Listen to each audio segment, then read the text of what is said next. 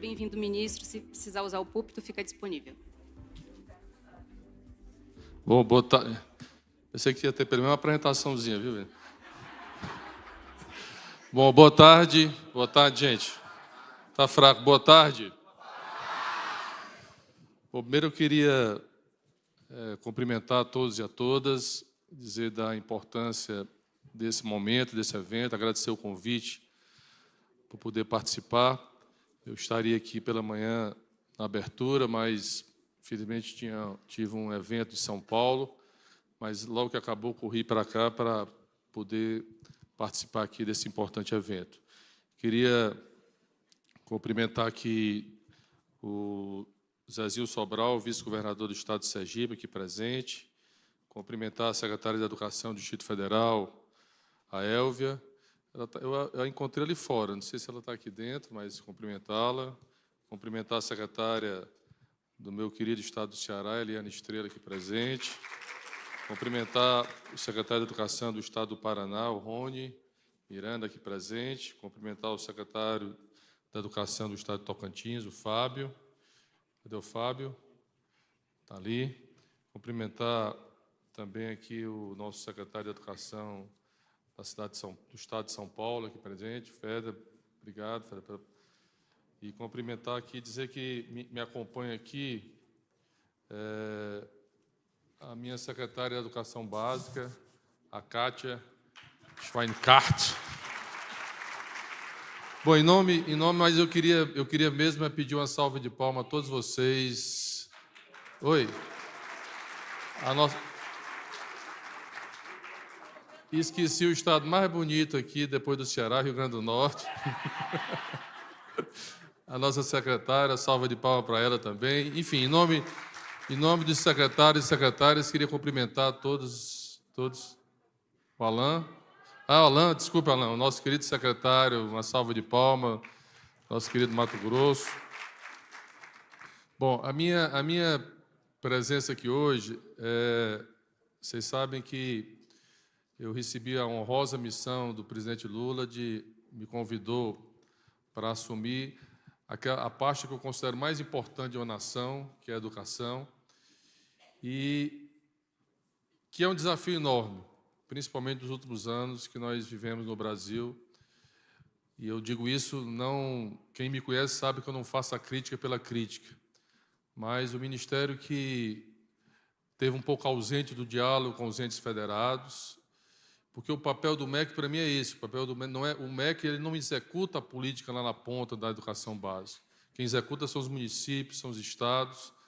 Portanto, o papel do MEC é coordenar a política, é ser o agregador, é ser o elo de ligação entre os três entes federados. Eu acho que esse é o grande papel, o maestro da educação, da política educacional brasileira.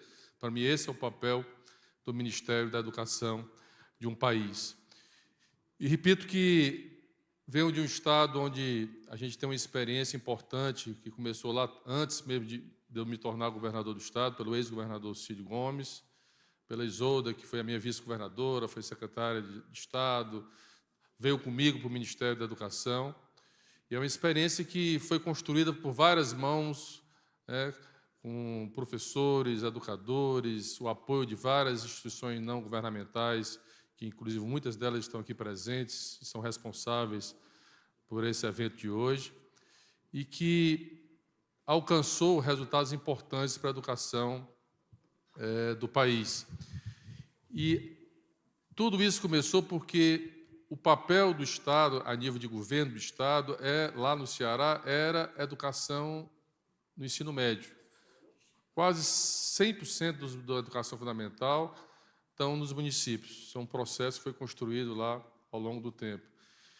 Mas o aluno, se não faz um bom ensino fundamental, ele já chega comprometido, já chega ruim no ensino médio. Então, houve a construção de um pacto com os municípios cearenses à época, onde todos os municípios aderiram, onde, inclusive, se iniciou o processo de distribuição do ICMS a partir do resultado da educação, que a Constituição permitiu o Estado fazer isso. Hoje nós já estamos fazendo isso na saúde.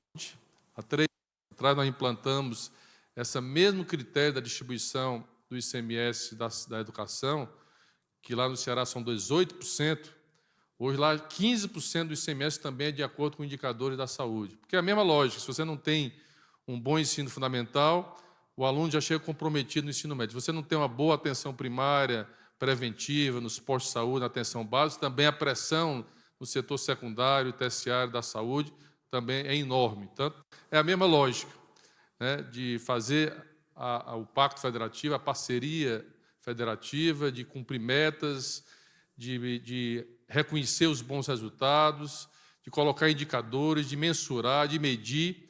E é isso que se tornou uma política em muitos estados, e aqui vocês estão presentes, alguns já implementaram, outros estão implementando.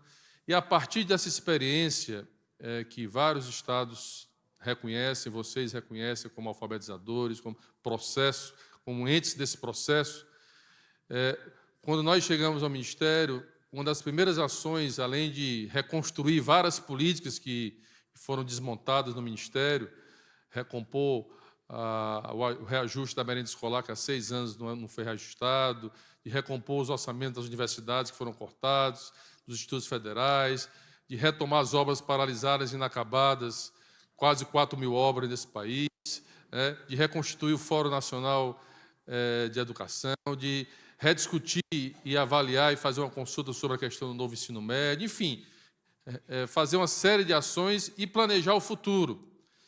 E uma das políticas públicas que nós construímos foi esse compromisso nacional Criança Alfabetizada.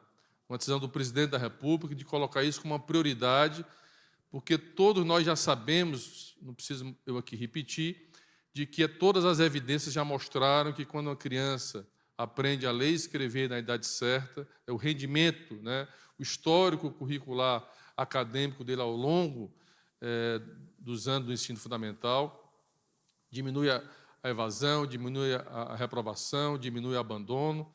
Portanto, isso é fundamental. A gente precisa Eu estava dando uma entrevista hoje, participando de um encontro de jornalistas do Brasil inteiro na área da educação, e eu disse hoje que a gente precisa se indignar em imaginar, e o último censo escolar mostrou isso, que 13,1% dos alunos do primeiro ano do ensino médio do último censo escolar abandonaram a escola. Imagine o que significa 13,1% no primeiro ano do ensino médio abandonar a escola. Então, o que nós queremos é não perder nenhum aluno, nenhuma criança e nenhum jovem nesse país de nenhuma escola. E precisamos olhar desde o início, desde os primeiros anos de vida, a primeira infância, que é a fase mais importante da vida das pessoas. É por isso que o presidente criou um GT, um grupo de trabalho, para fazer uma política robusta na área da primeira infância, unindo vários ministérios. A sociedade civil organizada está liderando esse processo. Tanto que no Bolsa Família foi implementado um auxílio também para crianças até 0 a 6 anos, para apoiar, porque é essa fase que a criança precisa se alimentar, precisa ser amada, precisa ser estimulada, precisa brincar, precisa ter uma creche, precisa ser acompanhada. E entra na fase dos primeiros anos do ensino fundamental, que aí sim a gente quer fazer da experiência de vocês. Eu quero aqui deixar muito claro que essa política não é para substituir nenhuma política já implementada pelos estados brasileiros, é para apoiar, é para fortalecer.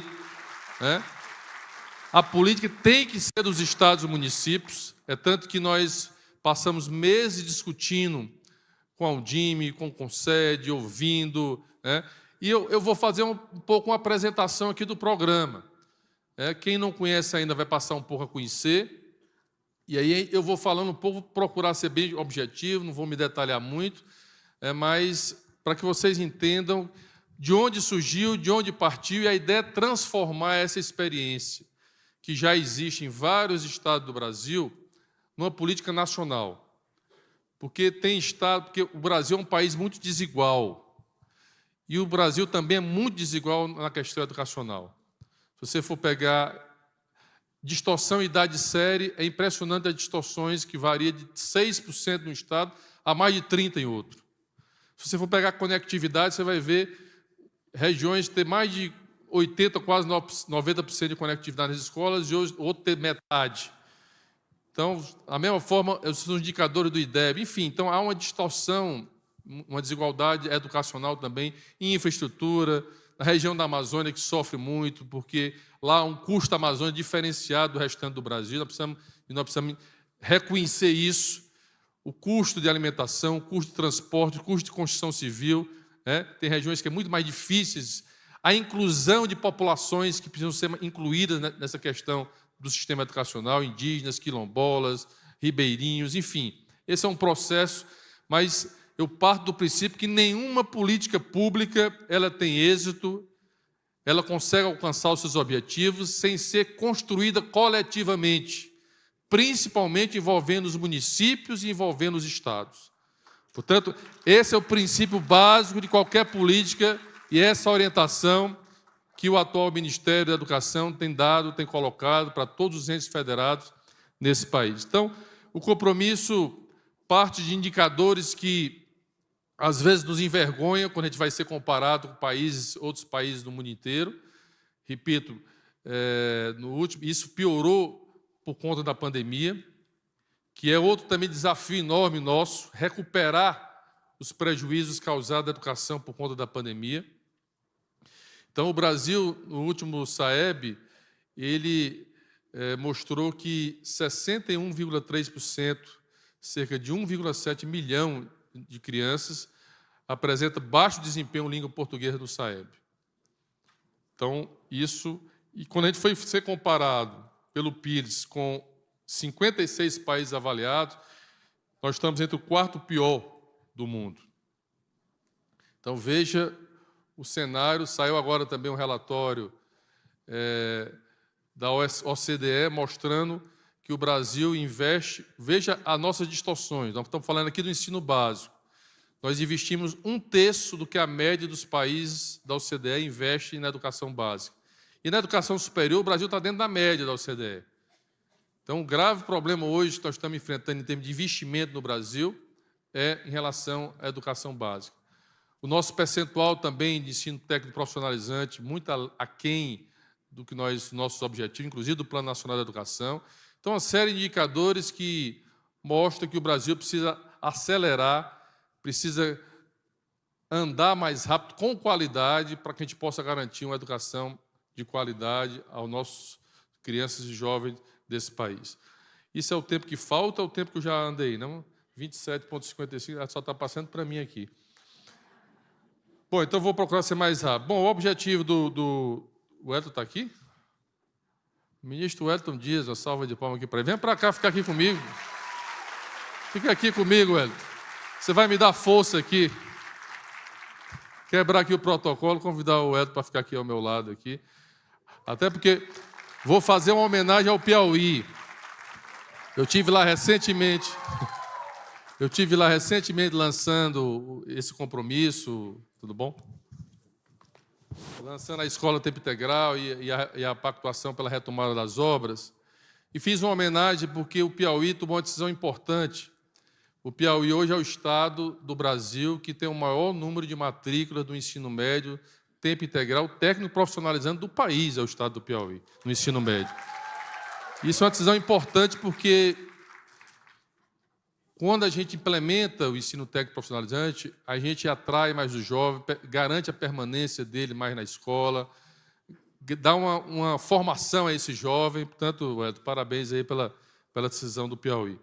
Bom, então, a nossa meta aqui, nós temos 2 desafios no Brasil. Primeiro, alfabetizar os jovens e adultos, né, que hoje ainda, e daqui a pouco nós vamos lançar o novo EJA, né, fortalecido, né, nesse país. Mas, ao mesmo tempo, estancar a evasão e a perda desses jovens e dessas crianças ao longo dos anos do ensino fundamental. E as evidências mostraram que quando uma criança, repito, aprende a ler e escrever na idade certa, isso reduz significativamente essas condições. Então, garantir, cumprindo aí a meta 5 do Plano Nacional da Educação, que todas as crianças sejam alfabetizadas ao final do 2º ano do ensino fundamental. E colocamos também, colocamos também como um desafio enorme nesse programa a recomposição por conta dos prejuízos da pandemia, até a 5ª série do ensino fundamental. Então, de onde partimos? Nós fizemos uma pesquisa através do INEP, porque cada estado, às vezes, tinha sua metodologia, tinha o seu padrão de avaliação. Então, a nossa decisão foi, de onde nós vamos partir? Então, houve a decisão de fazer uma pesquisa nacional pelo INEP, nós chamamos de Pesquisa Alfabetiza Brasil, onde participaram 251 professores alfabetizadores de várias regiões do país, uma amostragem que foi feita, liderada pelo INEP, contemplou aí 206 municípios, e nós definimos que isso, depois dialogado com o CONSED, com o DIME, que a base, os pontos do SAEB para considerar que uma criança é alfabetizada na idade certa seria 743 pontos. Então, essa é a nossa base de partida. E nessa pesquisa, não chegou aos 61%, mas 56,4% das crianças que foram avaliadas nessa pesquisa não estão alfabetizadas ao final do 2º ano. Então, um dado quase próximo daquele dado do censo escolar que foi censitário no Brasil por parte do INEP. Então, a partir daí, houve toda uma construção compartilhada, houve um seminário em março, depois houve o lançamento da pesquisa, depois houve encontro com o DIME, encontro com o CONSED, depois encontro com pesquisadores da AMPED, depois o seminário Alfabetiza Brasil para apresentar os resultados da discussão, da avaliação dessa pesquisa. E surgiu o compromisso, nasceu o compromisso com vários eixos, num regime de colaboração interfederativa, onde, primeiro, a gestão e governança. Os estados já têm sua governança, lá tem um comitê que é liderado pelo governador, pela governadora, onde ele faz lá a avaliação do seu estado. Mas nós criamos aqui um comitê nacional, onde o ministro da Educação e os secretários estaduais e do Distrito Federal vão avaliar, e a ideia é fazer uma reunião a cada semestre, a gente avaliar os resultados do andamento desse programa. Porque toda política precisa ter meta e precisa ser constantemente avaliada nos seus resultados. E vamos ter um momento anual, eu já discuti isso com o presidente, do presidente com os governadores, porque isso é uma decisão política. Essa é uma decisão política.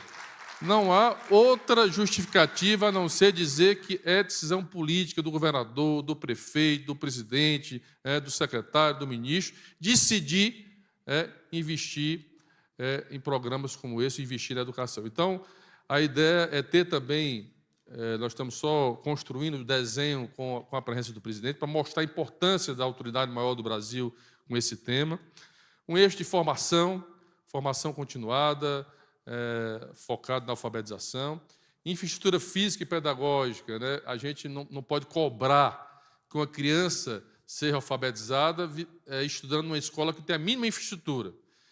Temos ainda escola no Brasil que não tem energia, que não tem banheiro, tem escola precária. Então, nós vamos focar e priorizar também para ajudar a recuperar essa infraestrutura dessas escolas dentro desse programa. E esse material pedagógico que vocês fornecem em cada estado ou no município, o que nós vamos fazer é bancar esse custo para vocês. Então, não é um material novo, não. É um material de vocês que nós vamos. E nesse eixo da gestão também, nós temos os coordenadores estaduais, os coordenadores regionais, os coordenadores municipais. Cada município vai ter um coordenador e também o MEC vai bancar financeiramente o pagamento de todo esse pessoal. Bom, o reconhecimento de boas práticas, eu sei que já existe premiação nos estados, premiação em municípios, premiação. A ideia é de criar uma premiação nacional para esse programa e criar uma premiação internacional. A gente tem definido já com a Unesco. Imagina aí o prefeito, a secretária, o professor, o aluno está lá na Unesco, está lá recebendo lá uma premiação de reconhecimento às boas práticas desse programa. Então, a ideia é essa. E um sistema de avaliação que possa permitir que a gente possa... Não dá para esperar a avaliação do SAEB a cada 2 anos para fazer...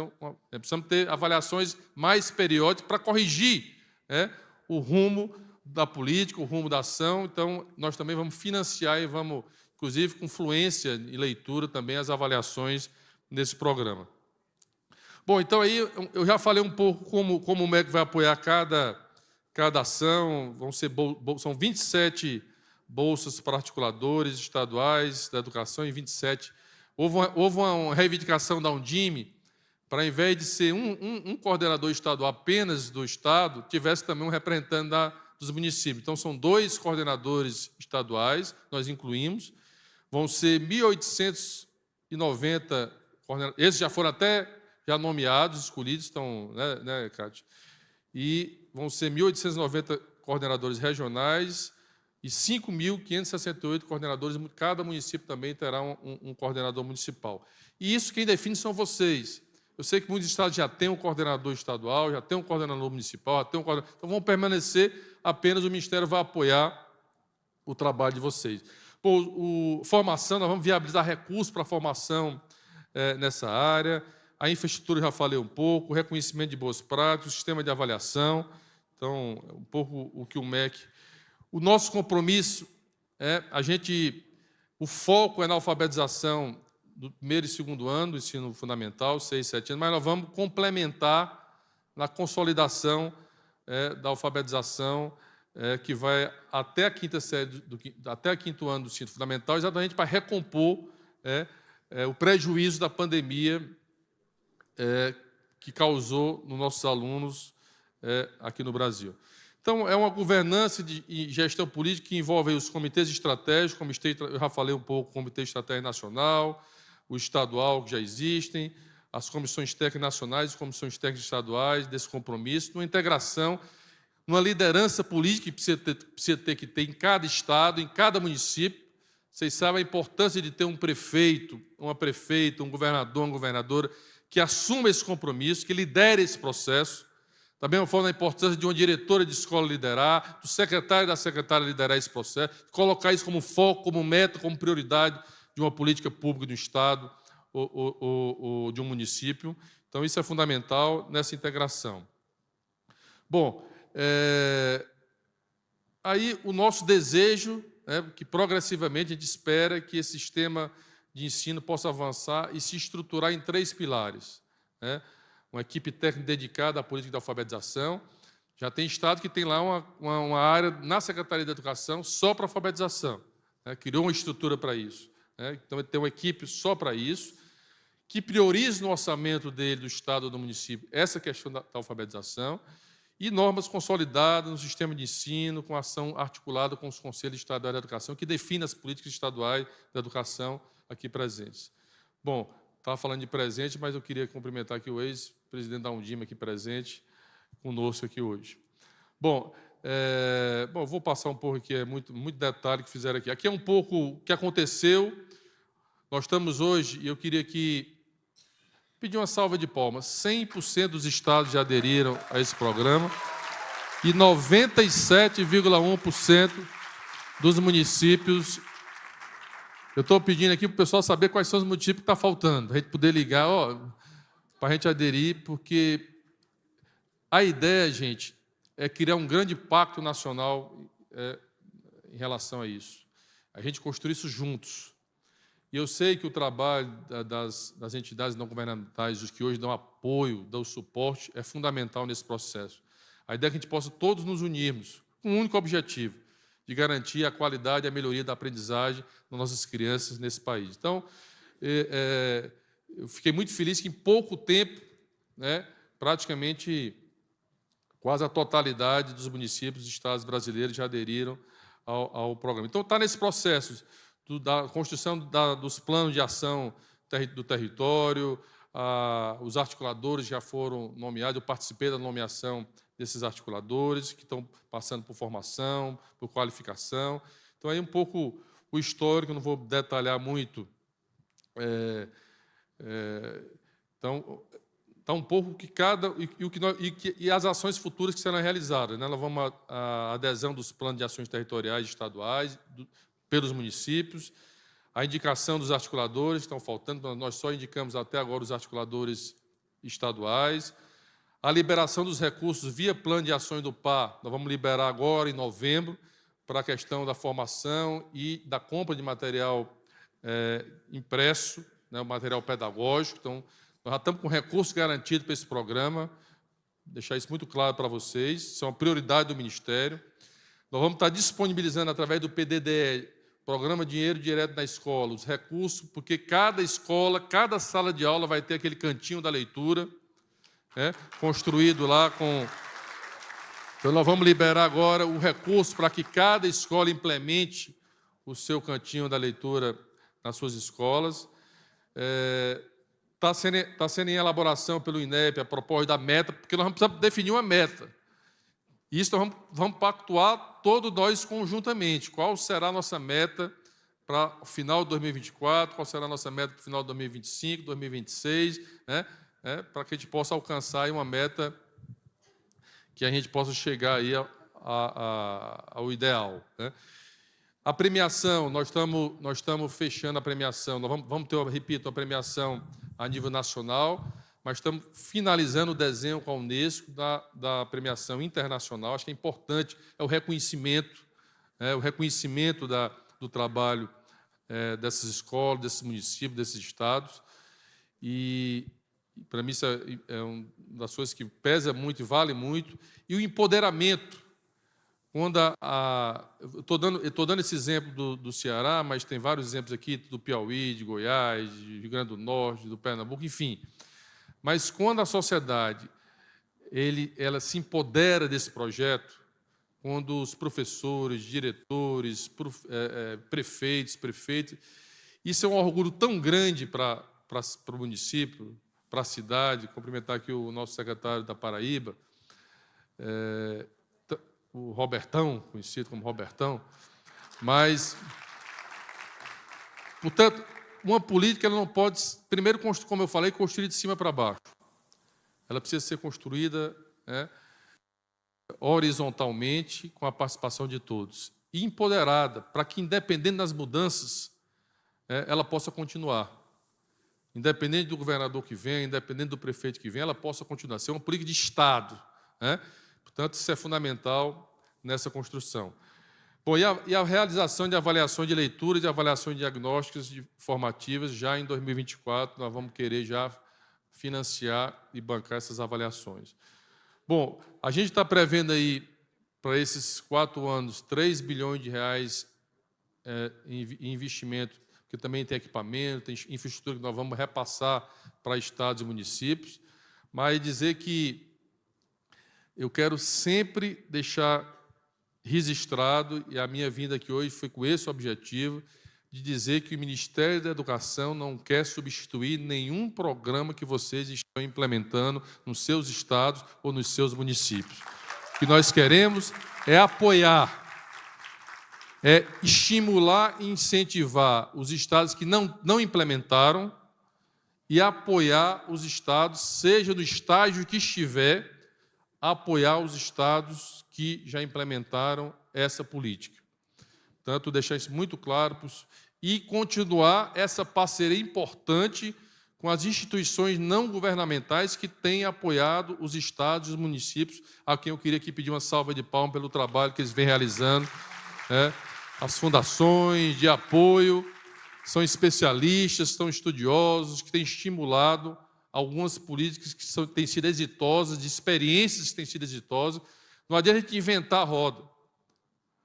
A gente precisa pegar as experiências que já são exitosas, que trouxeram resultados importantes, e transformar isso em políticas públicas a nível de país, a nível de estados, a nível de municípios. Isso seja para a educação, para a saúde, para a segurança, para qualquer área de qualquer política pública.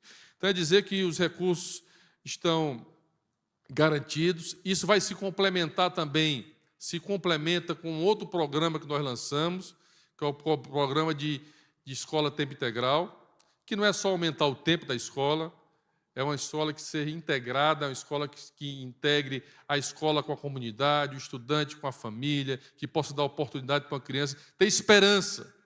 O que nós precisamos garantir é que essa criança, e, aliás, esse programa é até para a gente cumprir a nossa meta do PNE. O Plano Nacional de Educação diz que até 2024 o Brasil tinha que ter pelo menos 25% das suas matrículas de ensino da educação básica em tempo integral. Nós precisamos aumentar em 3.200.000 novas matrículas para alcançar essa meta. Eu sei que tem estado que já está aí com 60%, mas tem estado que praticamente tem poucas matrículas na educação básica. E o programa ela vai desde a creche até o ensino médio. E a gente procura estimular no ensino médio o ensino técnico profissionalizante. Até para a gente também poder alcançar nossas metas de profissionalização dos nossos jovens nesse país. E, em breve, o presidente Lula vai estar encaminhando ao Congresso Nacional uma nova política de apoio aos jovens do ensino médio, uma espécie de bolsa poupança, para que a gente possa dar um apoio, dar um auxílio a esse jovem, para que ele permaneça na escola.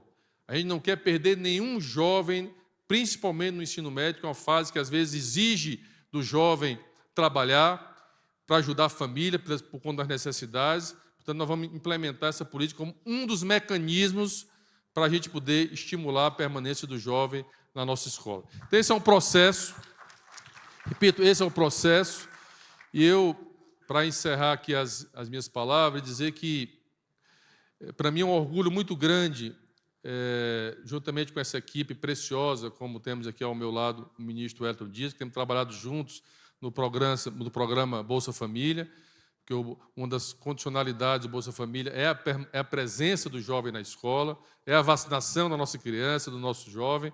Portanto, é um trabalho conjunto que o governo brasileiro está fazendo, mas nós sabemos, vocês sabem melhor do que ninguém, que o grande caminho para a gente construir uma nação soberana.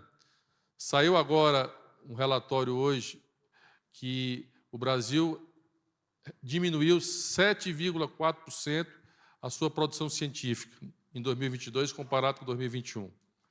E isso é fruto de um país que não enxerga, que não olha, que é através da educação, que é através da ciência, que é através da tecnologia que o Brasil se torna um Brasil mais justo, mais soberano e de mais oportunidade para nossas crianças e para os nossos jovens.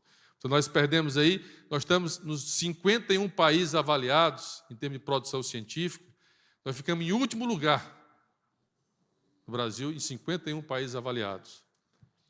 E isso demonstra a preocupação de um país que negou uma pandemia, que negou a ciência, que negou a vacina. A gente sabe o quanto a ciência e a tecnologia é importante para os avanços de um país.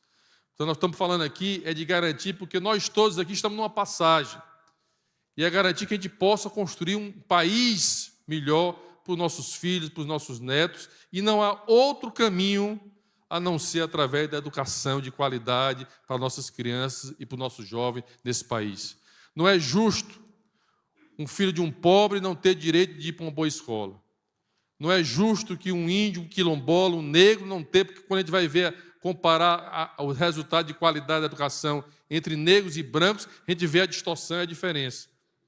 Portanto, é esse desenho, essa construção que nós precisamos construir, fazer nesse país. E vocês são fundamentais nisso, cada estado, cada município, e o papel do MEC é esse. Eu vim aqui hoje para dizer que nós estamos juntos para construir uma forte política de alfabetização na idade certa nesse país, garantindo um futuro melhor para nossas crianças e para os nossos jovens. Um forte abraço aí, parabéns. Eu queria mais uma vez pedir uma salva de palmas para vocês, para todo professor, toda professora, toda a liderança educacional desse país, e que a gente possa, o Brasil voltou, e que a gente possa construir isso juntos. Um forte abraço e viva a educação. Obrigado, gente.